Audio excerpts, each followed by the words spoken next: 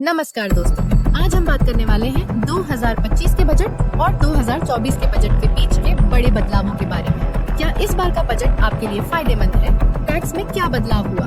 किसान, व्यापारी और नौकरी पेशा लोगों को क्या मिला? पूरी जानकारी जानने के लिए वीडियो को अंत तक देखिए।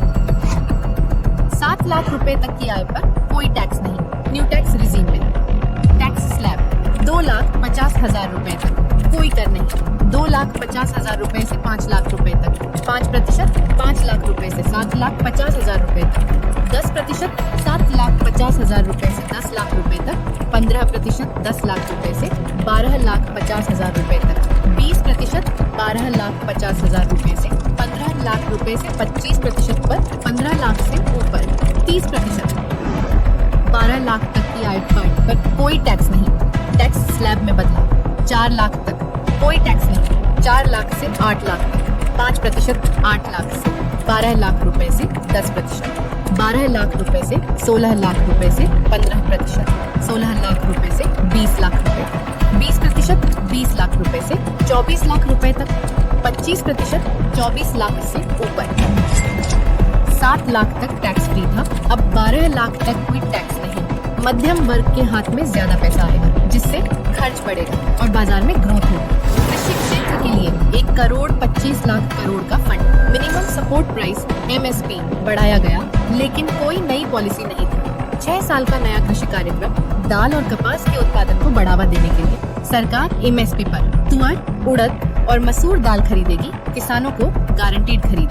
कपास उत्पादन में आत्मनिर्भर बनने पर जोर, लंबी फाइबर वाली कपास पर फोकस। किसानों को पक्की गारंटी मिलेगी कि उनकी फसल खरीदी जाएगी।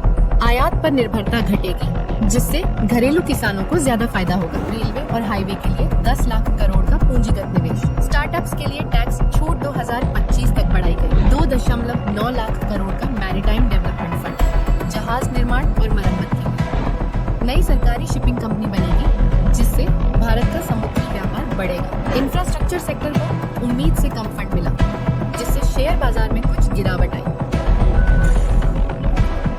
समुद्री व्यापार मजबूत होगा, जिससे निर्यात बढ़ेगा।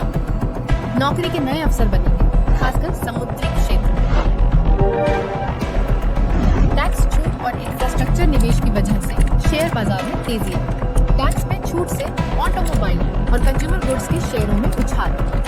इंफ्रास्ट्रक्चर सेक्टर को कम बजट मिलने से इस सेक्टर के शेयर गिरे। मध्यम वर्ग 12 लाख रुपए तक टैक्स फ्री होने से ज्यादा बचा।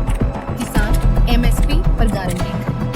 शेयर बाजार में कंज्यूमर और ऑटो सेक्टर डिस्पोजेबल इनकम बढ़ी। इंफ्रास्ट्रक्चर सेक्टर उम्मीद से कम फंड मिलने से शेयर गिरे। रियल एस्टेट बजट में कोई बड़ी राहत।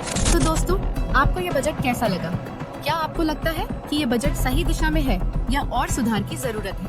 अपने विचार कमेंट में बताइए, और अगर वीडियो पसंद आया हो तो लाइक, शेयर और सब्सक्राइब करना न भूलें। मिलते हैं अगले वीडियो में।